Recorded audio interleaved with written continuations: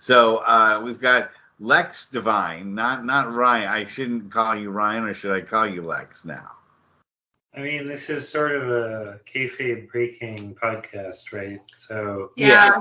I mean, we're sitting next to each other on a couch, and in kayfabe, the most interaction we've ever had is him reading bullying tweets to me in front of a crowd. Okay. So we're not together and are not like living together in kayfabe. So. Right, in the wrestling world. That's okay.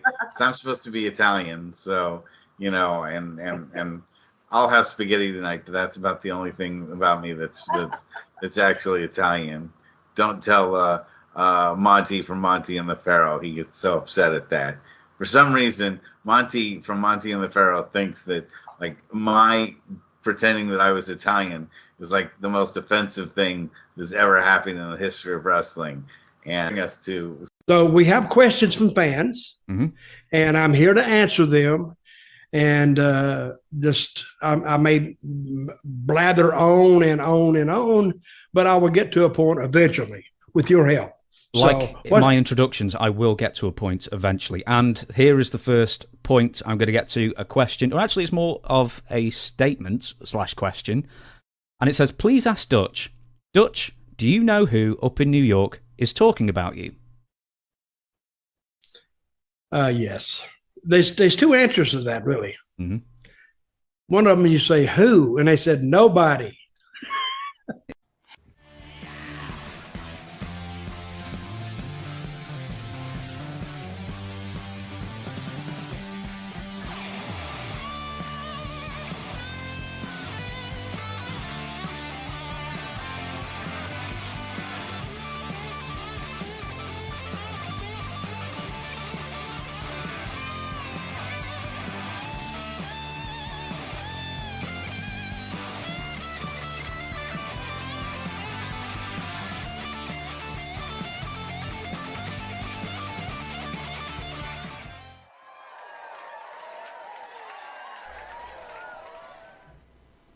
All right, welcome back to the world's #1 pro wrestling broadcast. Monte The Pharaoh, only seen here out of Indie Music Studios, straight out of Ronkonkoma, Long Island, on a special Friday show where we have a marathon with the great T.L. Hopper, Duke the Dumpster Drosy, and then Doink the Clown. Should be a great Friday. We're thanking you all for joining us.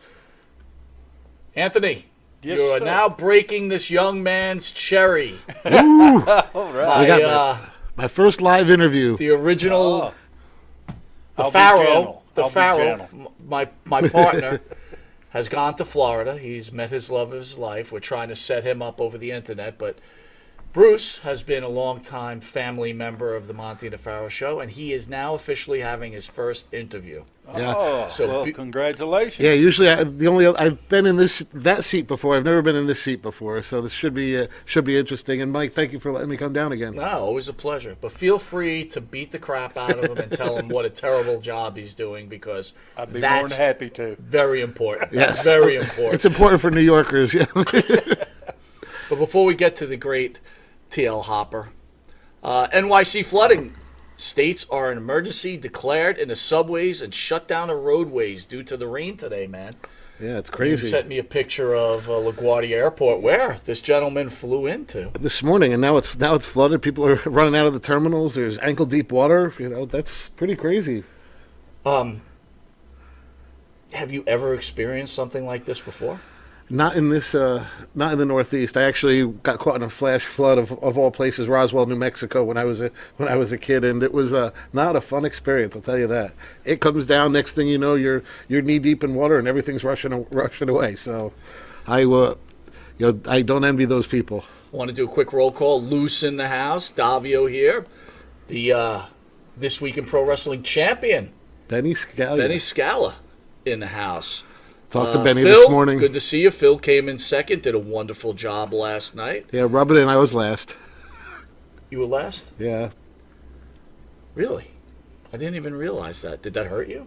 Nah, I'm okay. I'll get over Are it. you? And you think it was rigged? You think I No. purposely put you in last place? Absolutely not. Absolutely not. It was fun. It was a good experience. I was up against some really, really worthy challengers, and hey, Benny pulled it out. Way to go, Benny. People aren't here to hear us anyway, because people are saying name not important. The Dirty White Boys in the house, which probably is one of the greatest pro wrestling names, and we'll get into that I've ever heard.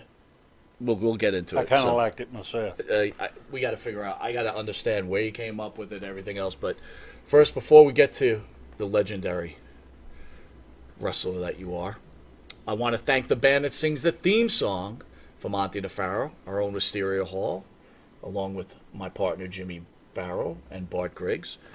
Make up the band Wisteria Hall. They sing such great songs as In My Dreams, This Life, Not Far Behind, Here Comes the Rain. You can find their music on the Wisteria Hall YouTube page. Yeah, you want me to do that Bartman really high? You could try it. No, you had me do that the first time I was here. Jimmy might curse you out. Yeah. You might have to back off a little bit. Jimmy is very territorial. Well, you had me do it the first time I was on, and then I didn't live that down for the rest of the show. I'm gonna put you on some quick pressure, and then I'm gonna show Anthony pictures later. But are you still Team Pharaoh or Team Petra? Ooh, I gotta say I'm still Team Pharaoh. Jimmy's a buddy of mine. I mean, I can't say close, or is it well as far as looks or as far as personality. Listen, Jimmy does great at his job. Daniela's been doing a great job filling in and being a great new co-host on the network. You know, I think she's coming along. I think she's going to bring. I got a smoking co-host now. I mean, smoking. Yeah, she's going to bring a lot of viewers. Like, you remember your valet? Yeah. Are you still with her? No. Well, we'll talk about her too, but remember how smoking she was? Yeah. My co-host, even hotter. Ah, well. Why ain't she here instead of him? Unfortunately, she's in Florida, but yeah, I agree with you. How great would that have been? That's it. I'll believe it. If you didn't know what you are watching, Long Island's #1 pro wrestler broadcast, Monte The Pharaoh. Catch us on the Monte The Pharaoh YouTube page and Monte The Pharaoh Facebook Live page. Hear us on iHeartRadio, Spotify, Anchor. Catch us on the Monte The Pharaoh Twitch TV page. And if you're lucky enough to live in New York, you'll catch us on the New York cable version, where you'll see this legend in a reduced version on channel 115 every Tuesday at 9:30 p.m. and Saturday morning at 11:30 a.m. and channel 20 Tuesdays at 7 p.m., where over 150,000 people watch us weekly. That's awesome. Also, we're on something called the Intuitive Network. That's INTUITIVE. It's like Netflix. Upload it, download it, right? It's for free. Movies, documentaries, videos, and they're going to get to start seeing your face on there, man. Not too bad, right? And and let's talk about their feature show on Thursday nights. Monte The Pharaoh. Monte and the Pharaoh.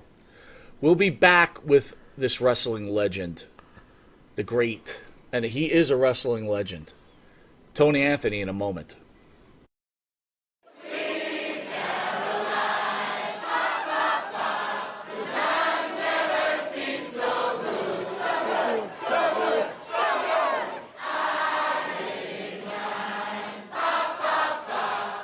Sir? Manscaped? Have you tried the new equipment that's been sent? I'm afraid because it says weed whacker.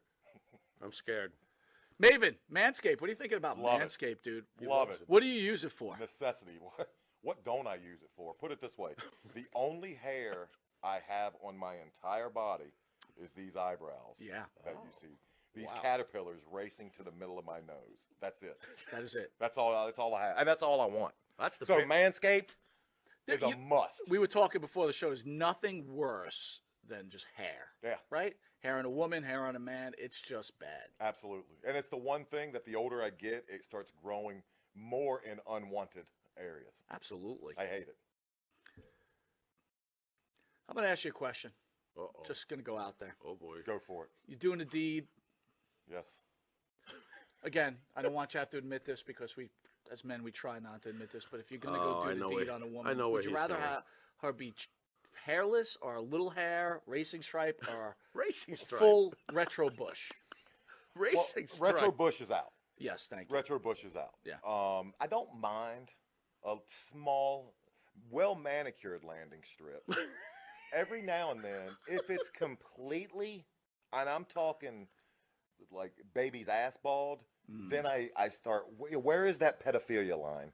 I don't want to Wow. wander into that. That's thought of very it like interesting. that. I never thought about that. You're a Wow. smart dude. Holy shit. So if the landing strip is clean enough for the plane to go in smoothly, you're cool with that? If the landing strip has, like I said, well manicured, Yeah, you can see both sides. It's not Like blinking lights on both sides of that landing? I don't want, I don't want the shrubbery going off into unwanted areas on that as well. Gotcha.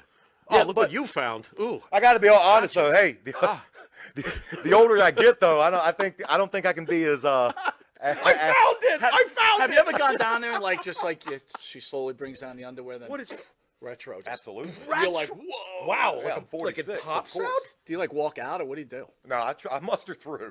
I muster up the courage to get He's a through. trooper. Yeah. He's a trooper. Got to give him a name. Not all heroes wear capes. Yeah, There you go. I hear you. There you Listen, go. I couldn't Super say. Bush. I couldn't say.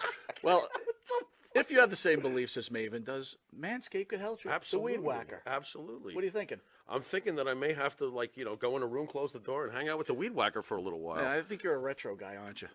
I like 70s adult films, if that's what you're getting at. Yeah, there you go. Yeah, But only with that, Ron we're going to take a Jeremy, quick Batman. commercial break and we'll be Anyway. back with this wrestling icon, Maven. We will see you in a drop kick second. Drop kick. All right, welcome back to Long Island's #1 pro wrestling broadcast, Monte The Pharaoh, only seen here at Indie Music TV, where we welcome the legend. I will not call you TL Hopper. I just Thank you. refuse. Tony Thank Anthony, you. how are you, sir? Thank you. Good, very good, very good. Tony, can I call you Tony? Is Yes, that okay? please.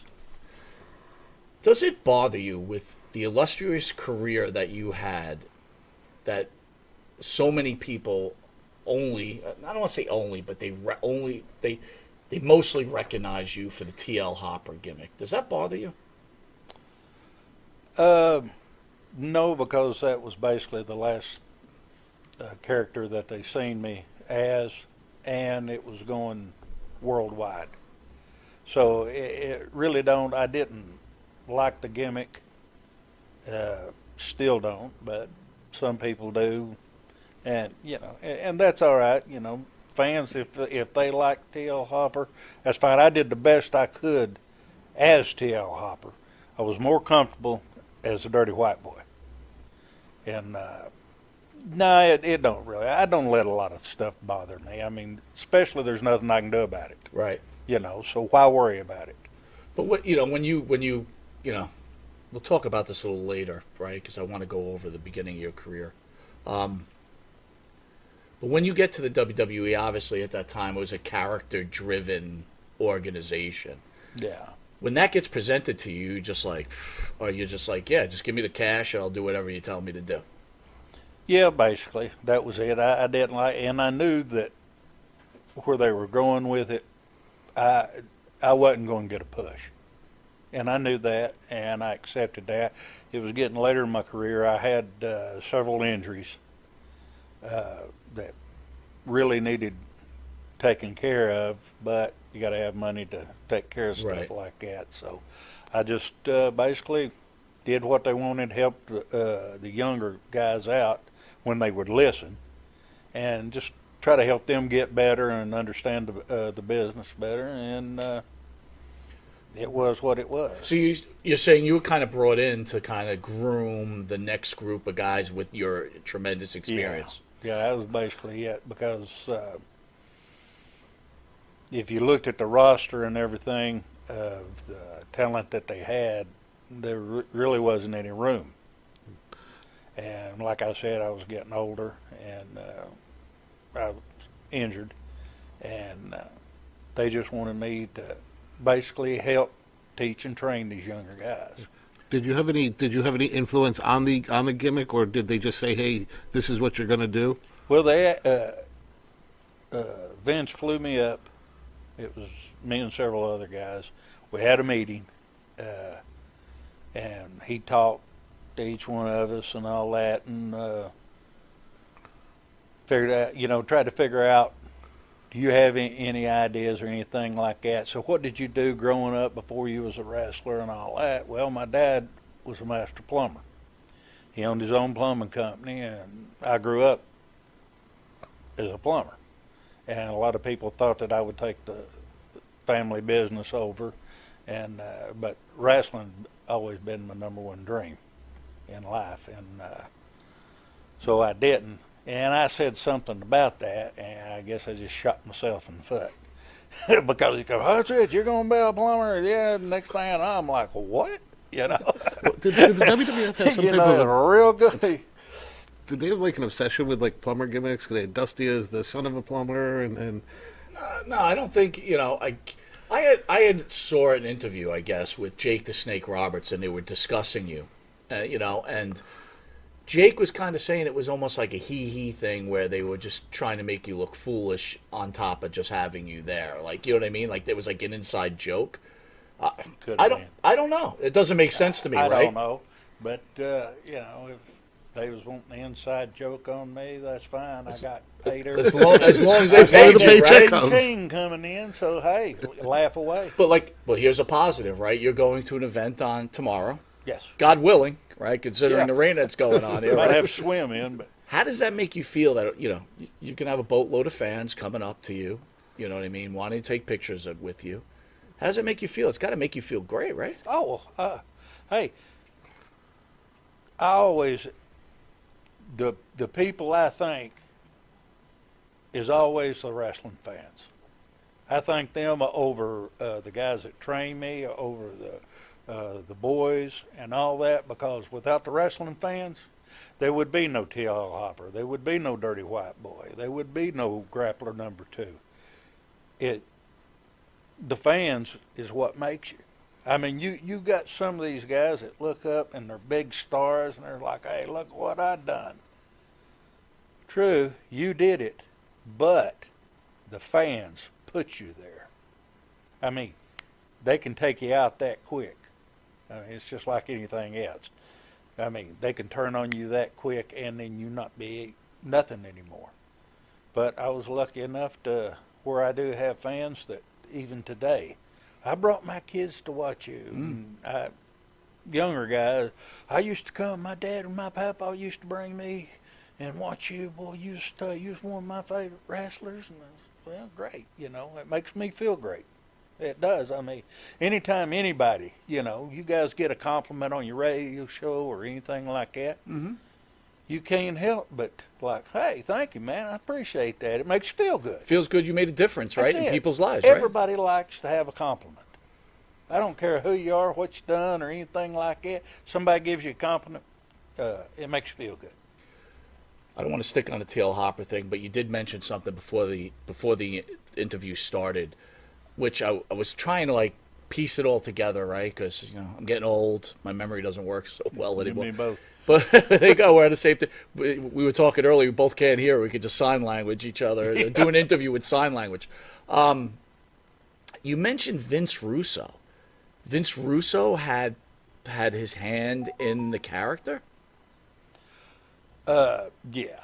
He, especially during that time, I don't know where anybody thought that he was qualified to do that, but evidently Vince McMahon thought that he was, because there's where he was, and then he just all of a sudden knew everything there was to know about every shape and form of life. Kind of like Dutch Mantel, in a way. Yeah, but Dutch can do it better. At least Dutch has got gift or gab, right? So. Right.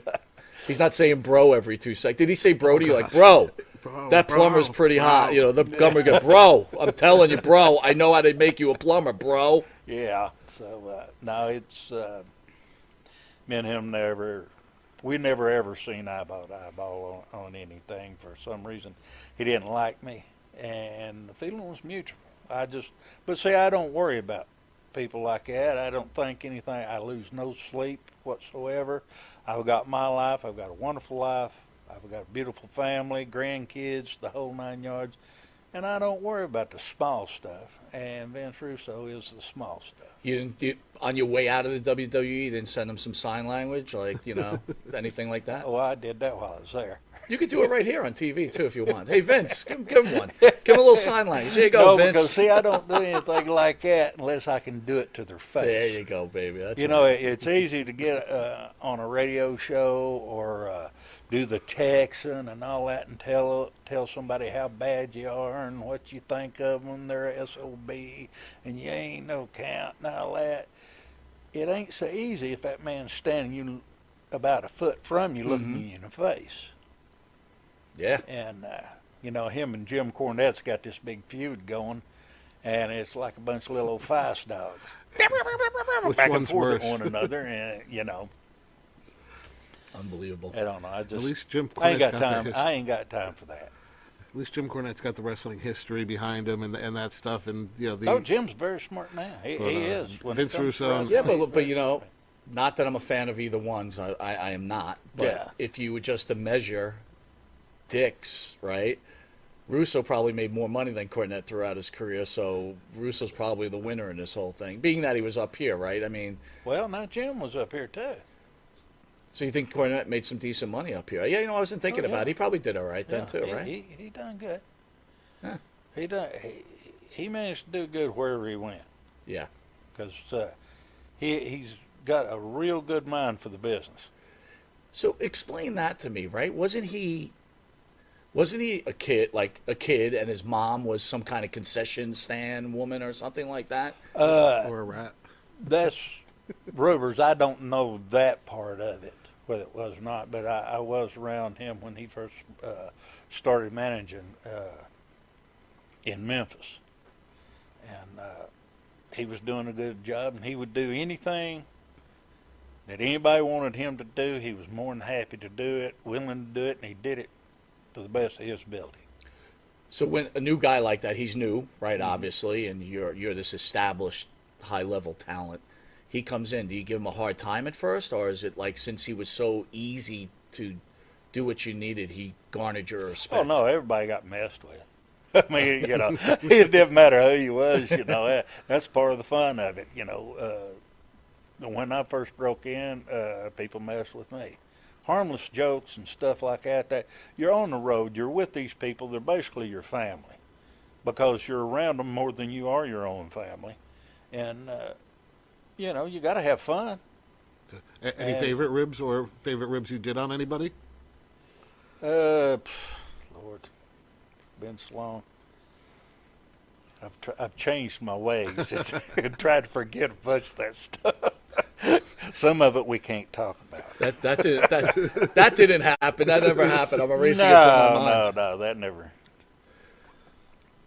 I was up here in the Northeast, right? So I was a WWF guy, right, growing up. So the only time we had the opportunity to see you guys down south were probably in the magazines. And I could remember the first time I saw you with that hot valet. I think what was her name, Mystic or something like that, if I remember properly, right? That was the first name she had. Yeah. And then we changed that. I was like, nah, let's just go with, you got the dirty white boy, let's just go with the dirty white girl. Right. Should have done it to begin with, but it was kind of a hurry. In a hurry to get her out, and all that. So forgive me for this, right? Because I always thought about this. I remember when I saw it, Dirty White Boy. I'm like, that's probably the coolest name I've ever heard for a wrestler. And I was like, you were right. I think I was.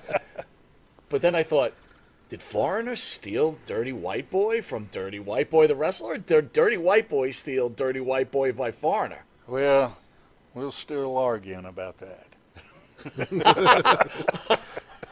Wow. All right.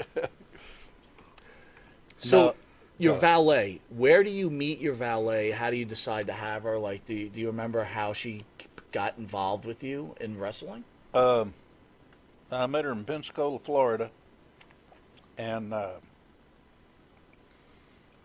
Bullet Bob Armstrong and Ron Fuller were the two main bookers, and Robert Fuller booked some too, and but they are all owners of it. And Bullet come and said, hey, have you ever thought about having a valet? Go with you and all that, and work a good angle with it. They was wanting to bring a girl in. And I said, well, okay. So one thing led to another. We got together as far as white boy and white girl, and the rest is history. So, well, you were trained by Steve Kern. How did you end up getting? I was not trained by Steve Kern. No. Let's no. So where did that come from? I have no idea. I just heard it one day or seen it on the YouTube or something. They come out and said they were running down where I started and this and all that, and it had trained by Steve Kern. No. A guy by the name of Rick Connors in Knoxville, Tennessee, trained me. He had a school, and you talking about one double tough man. I mean, that he would go wrestle and work out with the Carson Newman College wrestling team and never got beat. I mean, that's how tough that he was. And if he trained you, he made you respect it, and he made you work your butt off to get it, or you would just couldn't handle the pain, because there was a lot of pain involved in that. He'd stretch you, he'd itch you and hook you, and then sit there and just take his fist and start punching you in the ear, give you a cauliflower ear, and see if you could handle it. And I've seen guys get up, holding their ears, run out, and never come back. And well, what piqued your interest in wrestling, and when did you decide to become a professional wrestler? Well, there was two things that I wanted to do in my life. And one of them was to play football for the University of Tennessee. I did that. My second thing, life goal, was to become a professional wrestler. So I quit playing college football and got into professional wrestling. And that was, I'd say, my number one dream. And ain't too many men can have two dreams, life dreams, and get to experience both of them. So that's for sure. So which wrestlers did you grow up idolizing? Ron and Don Wright. Now these guys that are was in the South, around Knoxville and all that. You had Ron and Don Wright, Whitey Caldwell, Les Thatcher, Donnell Green, those Sam Bass, guys like that. And then of course Lawler was he was getting started and coming up, and just, you know, these guys just really, I watched them, I idolized them, and not too many people can say you idolized one man growing up and then he was your manager when you was wrestling, and that was Ron Wright. You got to forgive my partner here, but he just veered off a subject I got to get back to. So we're talking about your valet. Okay. She's smoking hot. Okay. You hook up with her on a professional level. Do you become romantically involved with her? Well, what do you think? I married her. Did you marry her? Yeah, we did get married. Wow. How long were you married for, if you don't mind me asking?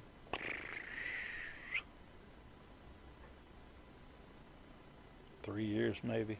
3 years? Yeah, something like that. It wasn't. And did your feelings change after you got married? Because wrestling's a tough business, like you said, right? Yeah. You're like your family.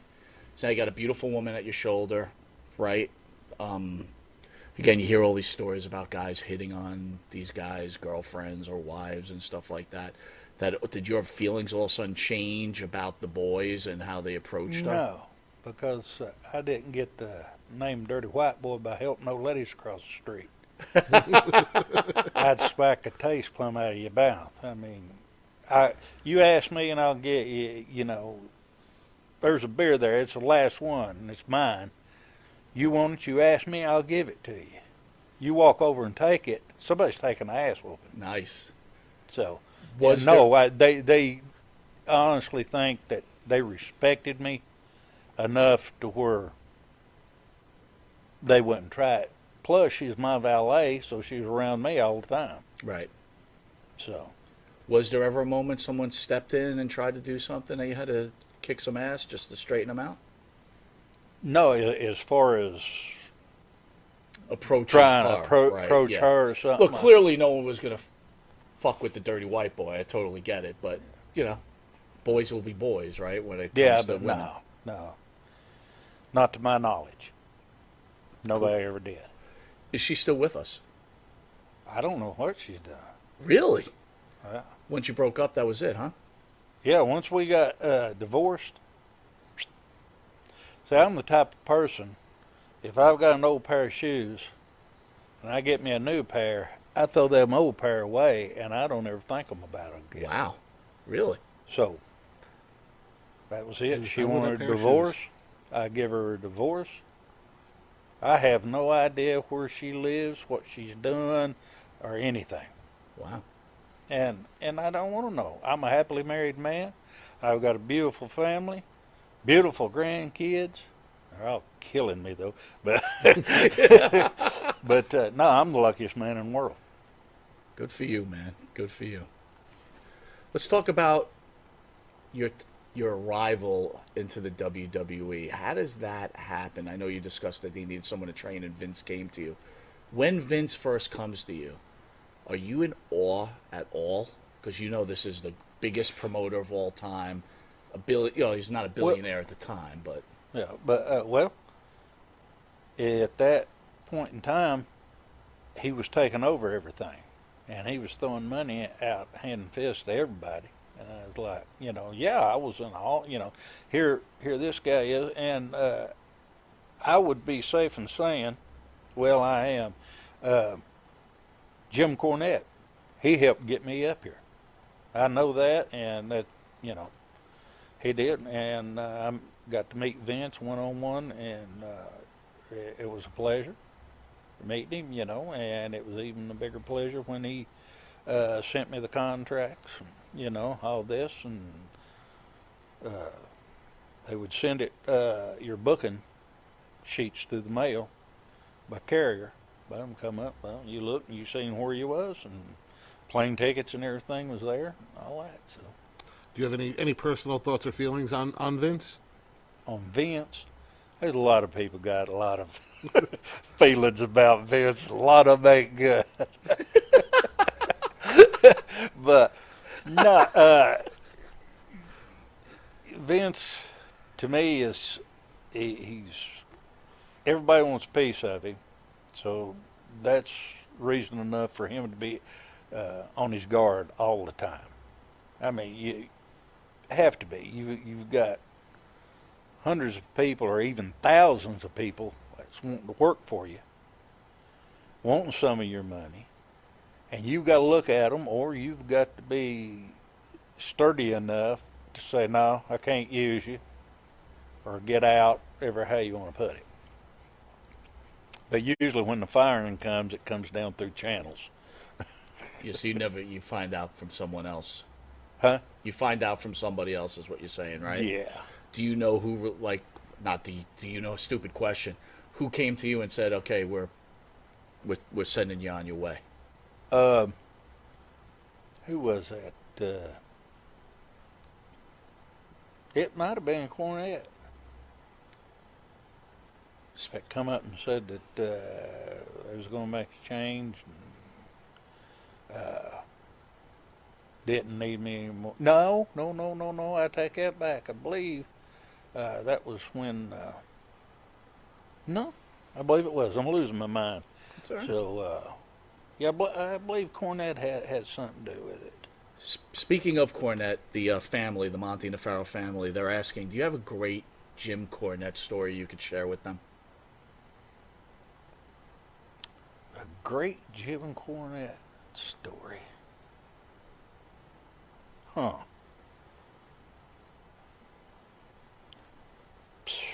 That's hard to... See, I didn't run with Jim that much. I mean, he came in, did the book and all that. But I do remember when he was younger, him and Jimmy Hart, they were managing in Memphis, both of them, but they had like an alliance and everything. They was getting everybody together. And Jimmy Hart was the head honcho, and then you had Cornette, which was running around. Well, Jimmy Hart was selling these canes. Little old black wooden canes about like that, had 2 little white tips on it, and he was selling them at the matches. Well, they was buying them. The heels hated them because them fans would wear you out with them. Well, we looked up one day, we was sitting there, and it all got wild and woolly, and Cornette was jumping in, and so was Jimmy Hart. About that time, I see Jimmy Hart raise up on his tiptoes. He's an old man back there, buddy, just wearing his butt out with that thing. And the cane was about that big around. It was a good sturdy cane. It wouldn't break. He went to whacking. Well, here come Cornette, not paying attention, buddy, and that old man lit in on him too, buddy. And there they both went down the aisle wide open. Yeah. My co-host here mentioned Steve Kern. Good guy. How was it when you were part of the Grapplers, right? Yeah. You feuded with the Fabulous Ones, I think, for a while, right? Is Yeah. that correct? How hot was that feud, and what was it like working with the Fabulous Ones? Because they were, they were the alternative rock and roll express, I guess. Well, they basically started. Yeah. Steve Kern, Stan Lane, and it was a dream working with those guys. Those guys was good. You didn't have to work as hard because all the girls loved them, and just everybody loved them. They were over, and it was easy. It really was. It was real easy to come in. They could get a good tag team over with no problem and all that. And me and Lenny, when we come there and they put us with them and everything, we was having barn burners. We was knocking them down. I mean, just great match. How come you guys got away from the Grappler combination and you went singles? Was that where the money was, or because you guys were hot, right? You were a hot heel team. And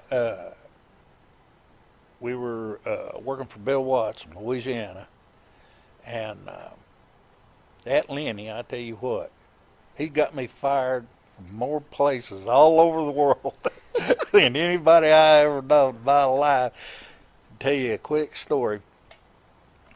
Me and Lenny come in one night. We was working Memphis. So we come into Memphis, and we didn't want to do the party thing that night. We was wore out, no girls, no nothing. So we went and stayed at the airport motel. Oh, we got one of them fancy rooms and kicked back. Nobody knew where we was or anything like that. So next morning we get up, and before all this happened, we'd got fired from Bill Watts' territory. So now we're working in Memphis territory. So I'm sitting there, and you know how it is in the morning. You go do your business. And I'm telling you, we had a nice room. It even had a phone in the bathroom. Wow. We was uptown. So I'm sitting there, that phone rings, and I was like, boy, ain't that wonderful. At about that time, I heard Lenny say, "Hey, Tony, pick the phone up." What? So pick the phone up. Hello? I'm going to tell you two son of a bitches something. You ain't never going to work in my territory again. You all are fired. You're out of here. And I'm like, it was Bill Watts. He was firing us from Memphis. We're working for Lawler and Jarrett, and he calls and fires us, and we ain't even in his territory. Yeah. Like, what in the, and I said, Lenny, you done it again. Fired from the territory we're not in. Speaking about Watts, does he not get enough respect as a wrestling mind and as a booker? I mean, how did you like working for Watts? I have nothing but the utmost respect for Bill Watts as far of his knowledge and the way he set up matches and stuff like that. As a human being, he ain't worth shooting. I mean, he's a low. Well, I probably can't say what. No, you can say. Go ahead. What are you? He's low life. I mean, elaborate a little. We've heard so many stories about, maybe some racism, the way he treated the. I mean, what were your experiences with him? Well, we was doing interviews one time, and this was when me and Lenny become the Dirty White Boys. And he got on there, and we was going against. That's when Junkyard Dog had went to working for Vince. Well, Watts figured, well, I made the Junkyard Dog, I'm going to make me another one. Well, he brought some guys in, some other black guys, and he was pushing him hard and all that. And he said, I want you to get on here. Said, I want you to call him everything but the N-word. I mean, you just blah, blah, blah, blah, blah. Okay, so we doing the interview. Lenny starts it. And he said, Bucks, North Tennessee, we don't even let black chickens live here. And then Watts comes up, cut, you son of a bitch. What the hell? Won't you just go ahead and call him a... Yeah, right. And he said, I'm doing what you told me to do. Are you that stupid? Well, when Lenny started peeling the jacket, I was like, here we go. I start peeling mine. I figured, hey, we're going to Knuckle City. Right. And DiBiase and them were there. And they kind of got in and got things toned down. And it wasn't long after that we got fired. But no, he was just the type of guy, he'd tell you to do something. Then when you did it, then he won't get mad at you. Because he was basically a bully. Right. You know, he was a big old man and all that. Because, he could probably, he could fight too, right? Oh, So, yeah, he's a big man. And It's funny you bring that up, though, because on the dark side of the ring, when they talk about Junkyard Dog leaving that area, they said Watts was just besides himself. He couldn't believe that after all he did for JYD. So was that true? Like, was Watts, like, just totally he destroyed? pushed him, and the way that he actually got over was the Freebirds was going around. They had a homemade concoction, and they'd open it up, and they'd get it, and they'd throw it in your eyes, and it'd blind you.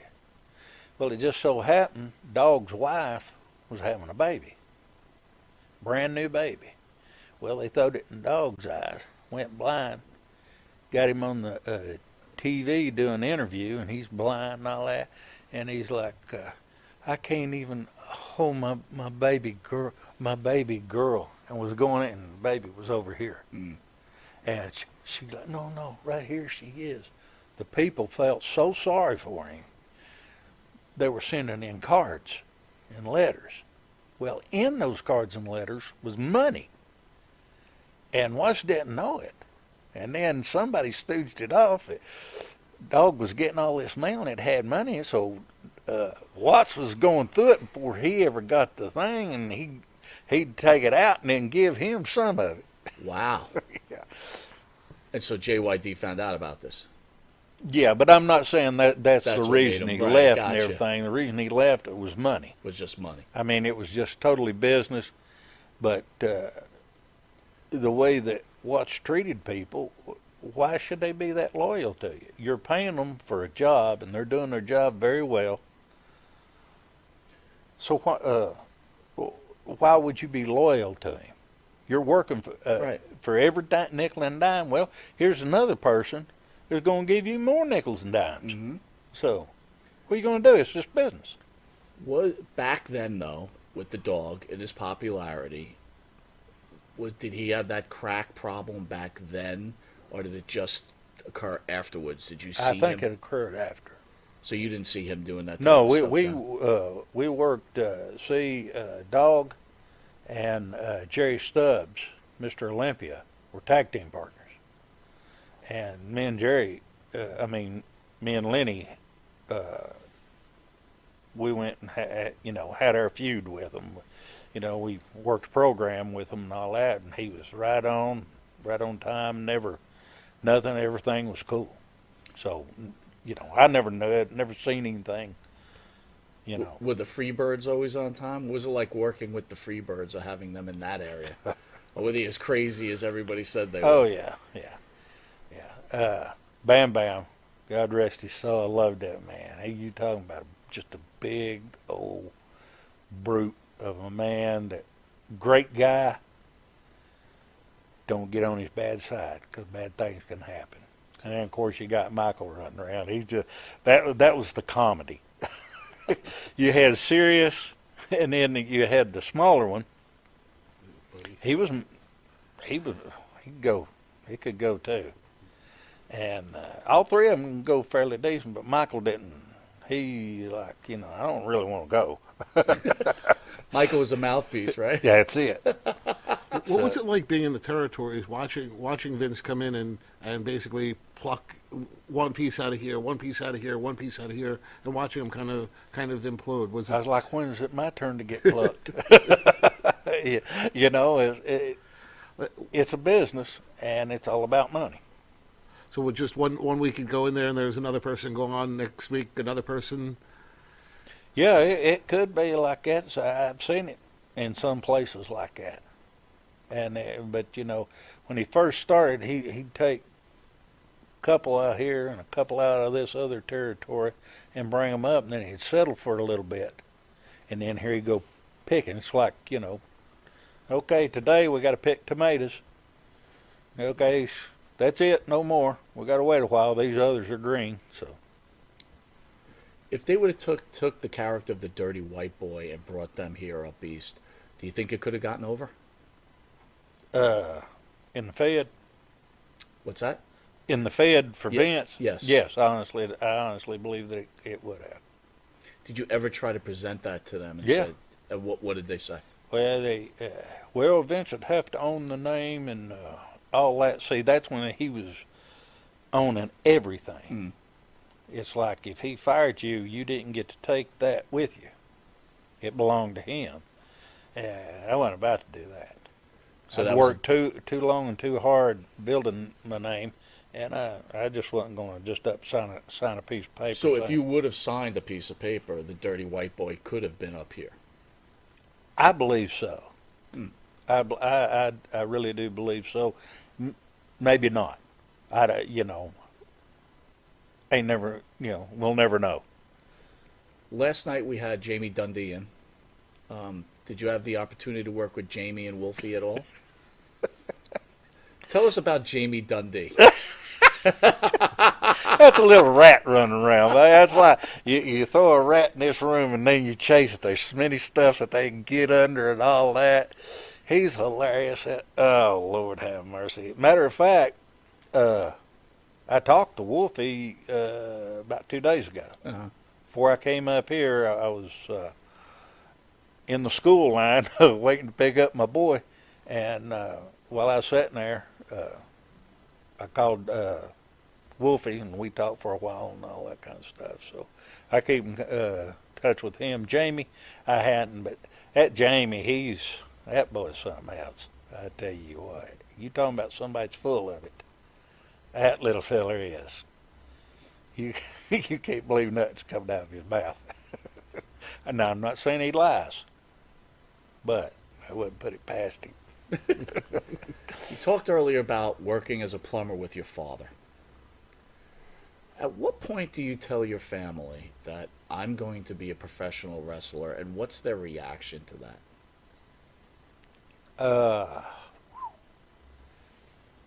The real reaction was when I told my family I was going to quit college and quit playing football to become a wrestler. That didn't get over real good. My daddy was proud as a peacock because I was going to college, play football. He never missed one football game. He was in the hospital, got out of the hospital the day of a football game and was sitting on the 50-yard line midways watching me. And he didn't care much for that. And I told him I wanted to be a wrestler. And he always have supported me in anything that I wanted to do like that. And he said, okay. Well, let's stop there for a second. So you're in college. You're a football player. Yeah. Living life. Yeah. What goes off in Tony's mind and goes, yeah, I just want to be a professional wrestler. How did that happen? There was a high school buddy of mine came by the house We played football together, but he wasn't big enough or good enough to play college ball. Well, he was showing off a big wrestling belt. I just won this last Friday night. I was like, you said what? He said, I just won this last Friday night, and I got to thinking. He said, yes. Said Rick Connors trained me, and I can take you if you want to go and introduce you to him and all that. I got a match. I'll drive. You can go with me and watch me wrestle and all that. And I got to thinking, well, you won that belt. I can whoop you. I know that. I've done it several times. So if I can whoop you, that means I can get one of them belts. So I finally. So wait. So at this point, you don't know this is scripted. You think this is real? Well, yeah, for a long time I did, until I knew at this point in time, I knew that it was it might have been choreographed a little bit. Okay. But people say wrestling's fake. I've had about 3 or 4 major surgeries on my body due to wrestling. Now, is that fake? No, not at all. That's my insurance company. They'll tell you there ain't nothing fake about that. We try to never use the word fake here, but we try to use it is scripted, right? So, I guess if you say so. But basically, you quit college, you quit football because you got impressed by a shiny championship belt. Well, wasn't so much the belt as it was that Jackie Lakins was my buddy, and he won it. And I knew I could win. Yeah. And if he beat everybody to get that, well, I'm a shoe-in. I could just walk right in and win it and be the champion. Yeah. And now I'm going to be a wrestler. Want to go back to the WWE. Don't know if it's true. I'll ask. What was the clique, right? Shawn Michaels, Razor Ramon. I forget if Kevin Nash was there. Probably Kevin Nash was already there too. Hunter. What kind of problems did they give you? They didn't give me no problems. Did you see the way they treated other wrestlers, and did you feel bad, or did you just never see anything from any of them? Well, most of the time, they were usually always doing interviews and stuff like that. I mean, when you go there to get ready to do like a Monday Night Raw or something like that, you're there from usually before 12 o'clock that day, and you don't get out until about midnight that night. I mean, it's an all-day thing. And but no, I never had a problem with any of those guys. I mean, I was buddies with them, And did they treat you with respect, Yeah. knowing who you were, where you came from? Yeah. It's good to They hear. better. All right, so quick thoughts. Smack. Quick thoughts. Well, I know you would. On the Phil and co-host here, how did he do so far? My final We're question. not there yet. Oh, okay. How do you Did you think he say did? something? Do what? How do you think he did? Who, him? Yeah, You want me to lie or tell the truth? tell the truth. Tell the truth. Oh, God. No, I thought you done a real good job, buddy, really. Well I done. did. You What was we right usually on do, cue. Tony, we have something called the Pharaoh's Final Question. That's my true co-host. It comes out of his mind, whatever else. He may ask you. He could ask you about hamburgers, whatever he decided to do. I had a good one today. Did you really? Where did you eat? It was some little old diner, and 'cause I went and did that reality thing or what? Not Yeah, no, the the virtual sign. the virtual. Yeah. Before we went to that, it was right down the road from there. It was some little old diner, and buddy, that food was plenty of it. I mean, most of the time in little diners, a lot of them, Yeah. they don't fill the plate up. This one had a big plate and it was full. Yeah, buddy, it was good. That's what you enjoy about New York, though, right? Coming up here, the food's better, right? It's a little bit better. No, if I want good food, I stay at home. I got deer meat and all that kind of stuff to eat, buddy. Yeah, we didn't even get to talk about that. So here he is. He's going to ask you the final question. You ready? All right. So present company excluded. You were around during that big expansion of WWF in the 80s. Who do you think the WWF dropped the ball with by not picking up, or picked up and dropped the ball with as they brought them in? Me. I said present company excluded. Oh. Well, see, you're using them big words on me now. There you go. Now, right there, see, that takes a few points off of how good you're doing. Very good. Yeah. I really don't know. I really can't answer that. It's an ultimate fail. That's the first time the Pharaoh's final question did not get over in the history of this illustrious show. In fact, Jim Beam just called. They just canceled our contract. Way to go, buddy. Way to go. Anthony, seriously, thank you for what you've done for this industry. Well, what an honor it is to have you in the studio. I appreciate Again, it. The honor's mine. I mean, I appreciate you guys inviting me. Well, it's just amazing. And you know what? I think in life, right, you choose a career or you have a family, and you can look back at your career that you chose that day where you wanted to take your friend's belt away from him. Yeah, I was a bully. You did a pretty damn good job, man. Well, thank you. And don't forget, Saturday, everybody could come see the Dirty White Boy. There you go. And get some pictures and autographs and get to meet this legend. Thank you again. Well, thank you. I really appreciate that. All right, Bruce, don't screw this up. Send us out. All right. You've been watching TL Hopper, Dirty White Boy. Wait a minute. Unbelievable. Did you see that? The whole show I'm redirecting off Have of you ever heard this? You're fired!